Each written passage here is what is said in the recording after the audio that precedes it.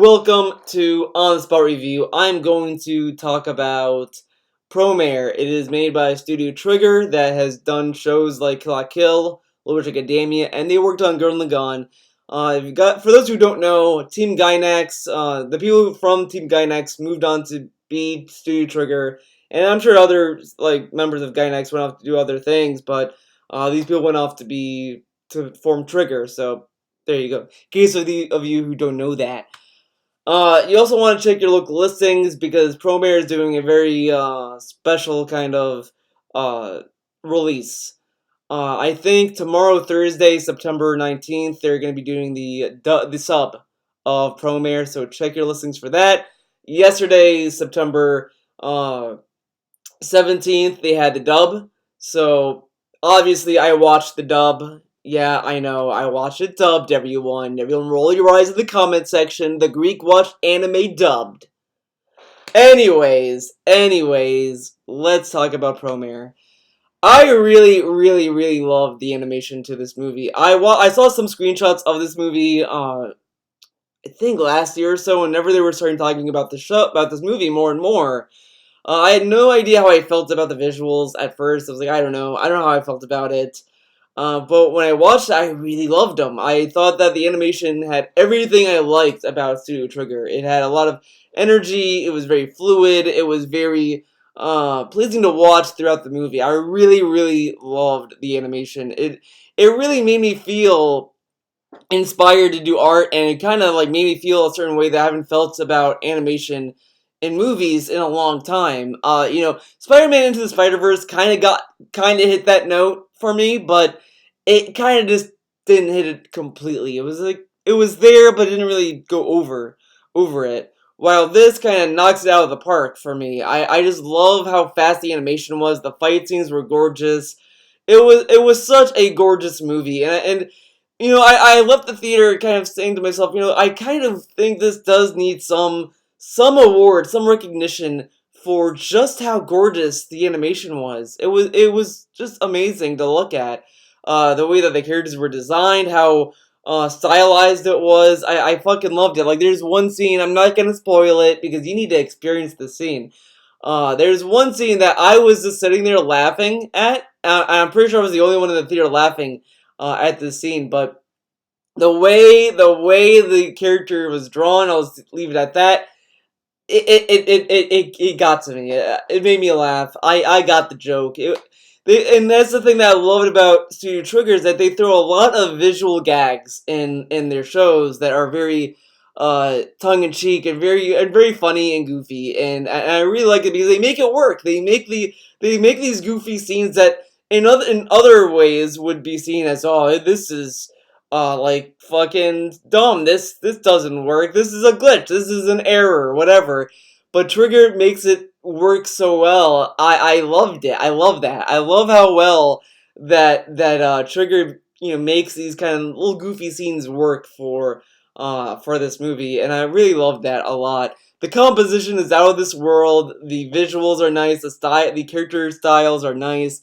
There's a lot of. I was surprised. I wasn't expecting how much uh, of a visual homage that this movie goes out of its way to paint with Gurren Lagann. There's a lot of visual connections to Gurren Lagann that blew me away. I was like, holy shit! I wasn't expecting this kind of parallel with Gurren Lagann in this kind of movie. It just.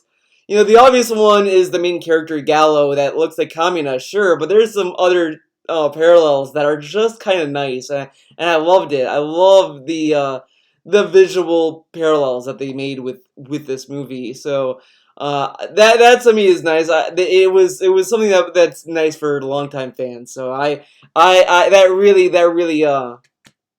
connected to me. Uh, and each character has a very strong design. I can't say this is a criticism of the movie because these characters are not main characters, but I would love for this to become a TV show, and we get episodes dedicated with more of these characters. I love all of their designs. They're all cool designs. Like, you have Ignis, who is voiced by Steve Blum in the dub, great voice actor. he has a cool design, has a cool personality to him. I just love that character, as well as Aina. Aina's a cool character, the scientist girl. Unfortunately, I don't remember all of the character names, sadly, but they're all still like visually like amazing characters. I love the character designs that was put into this movie, and the mech designs are in my opinion very very unique and nice, because it's not like bulky machines that you're seeing a lot of. Like each one has its own kind of style to them and body design. They have a core like theme because they're firefighters, but it still like is nice to see this nice hybrid where it kind of allows them to kind of dance with CG animation and like 2D animation. They have a good flirtation of the two, and they do a good job with that. Unlike Kill la Kill, where they had this random ass like CG walk cycle in one episode that doesn't really do mean anything. The CG is used in like smart ways. That's like, yeah, okay, this makes sense that have a CG rig set up for this scene. There's a lot of stuff that kind of um, justifies having CG used. It's not like this goofy scene that's like doesn't make any sense and it seems more jarring than anything else. But uh, but the visuals are just nice. They're gorgeous. They're lovely. I fucking like. I could gush for like an hour for just how much I love the visuals. The soundtrack is also like outstanding as well. The only criticism about the soundtrack is that it does not include Superfly in the official soundtrack of Promare, which is a crime. Superfly is a great fucking song, and the only way you can get it is if you subscribe to Apple Music or Amazon Music. I don't want to fucking sub to these music streaming services for songs I like. I want to own it. I like owning my music, guys. So, I don't know whose idea it was to only have Superfly be purchasable in Japan and nowhere else and all that kind of shit. Make it so everyone can buy it.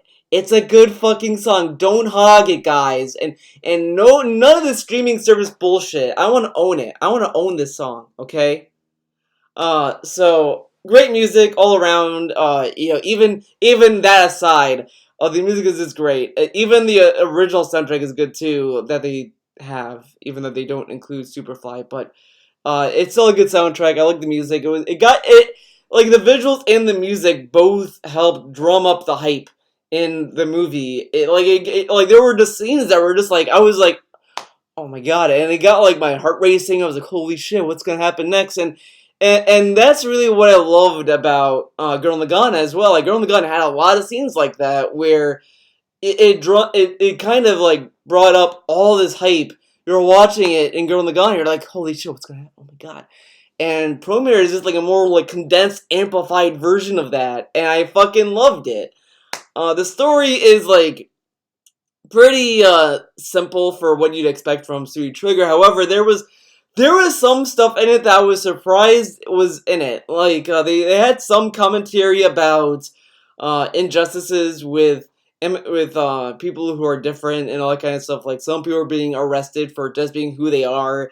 Like it had all this weird commentary I wasn't expecting. It was not deep commentary. It's not like super deep about it, but it was very like surprising to see like Trigger have this in their movies. Like you watch Little Witch Academia, Kill la Kill, and their commentary is very like kind of okay. Kill la Kill is about sex and clothing and all that kind of stuff, and Little Witch Academia is more about like accepting failure and kind of persevering and all that kind of stuff.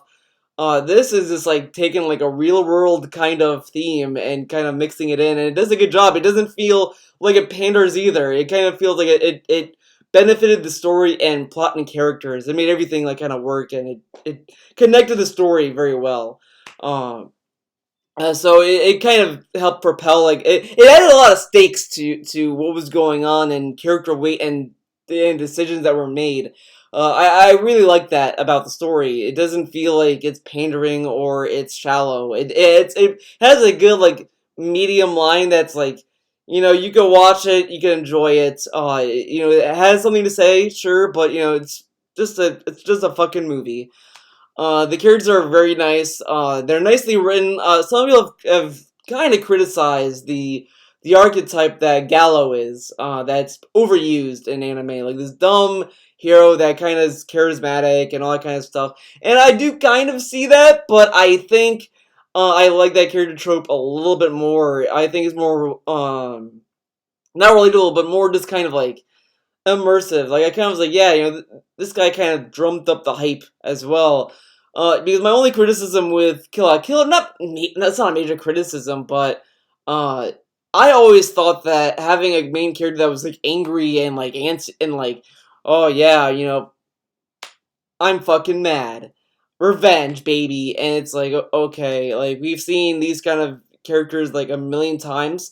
Like I feel like we see more of the Ryuko kind of character more than the Gallo slash Kamina kind of character. We see a good amount of them, sure, but I always love them. I have like a soft spot for those kind of characters because you have like these dumb characters that are just kind of like, yeah, fuck it, we're gonna fucking do this. Fuck it. I love that kind of attitude about it. So I'm a sucker for those kind of characters. It is what it is, but I was fine with it. I like the characters. The villain is good. Like that's another thing you could kind of criticize as well is that the villain was kind of predictable, but I think that's fine. I think for this kind of story and this kind of tone, those kind of things kind of work out in the story. If it was like trying to be a super serious movie and it's like, oh yeah, you're never gonna guess what's gonna happen next, and it has that kind of twist, it's like, come on, come on, come on. But it works for the tone, it works for the story, so I mean, it's traditional and predictable, but it's not. It didn't feel insulting to me. Like I would kind of compare it to in Lone Academia. Spoiler for that show if you haven't seen that. When they reveal that Ursula was Shiny Chariot, like the viewer knew, like in episode one, she was Shiny Chariot, but the show does a good job kind of like, yeah, yeah, everyone knows except for Akko. Okay, Akko's a little slow. Okay, guys, she'll find out eventually.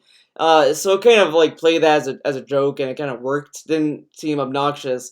So this is kind of similar to that, where it's like, yeah, you kind of know where it's going, but it's not that bad. It at least kind of feels decently paced. And that's the thing about this movie as well, is the pacing was really good. There wasn't a scene that dragged. There were some scenes that I was afraid were gonna drag. Like, sometime in the middle of the movie or so, there was this one scene that was like, oh, this might drag. This might be a dragging scene. Like, okay, but then it kind of moves on. Like, it kind of has a good motion to it. It kind of knows how long it lingers. And by the time the movie was over, I didn't know how long the movie was. Like, it was like 2 hours, and those 2 hours like kind of melted by. I didn't even think of it as a 2 hour movie. So it's a really good movie in terms of pacing, story, animations, soundtrack, all that kind of stuff works for it. I can't really think of a lot of stuff I could criticize about the movie that I think that affected the enjoyment because I thoroughly enjoyed it. There was not one part of that movie that I could think of that was like, yeah, this sucks.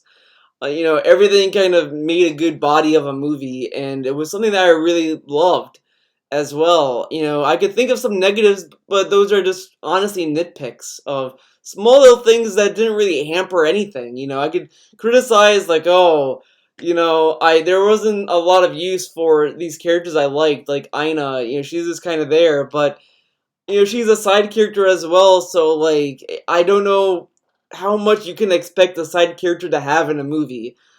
So I can't really fault the movie for these kind of things because uh, it's a movie and you kind of want to focus on the main characters. You don't want to focus on all the characters because then you'll have a disjointed movie. So I can't really criticize the movie for that either because I thought that the side characters were developed enough where it's like, okay, we know enough about them, but we really want to know more about Gallo, Leo, and the governor and all those kind of characters that kind of play a role in the movie. And the scientist guy, I think his name is Promare, but I'm not too sure. But it has a good like balance of character development as well. It's not lopsided. It doesn't feel rushed.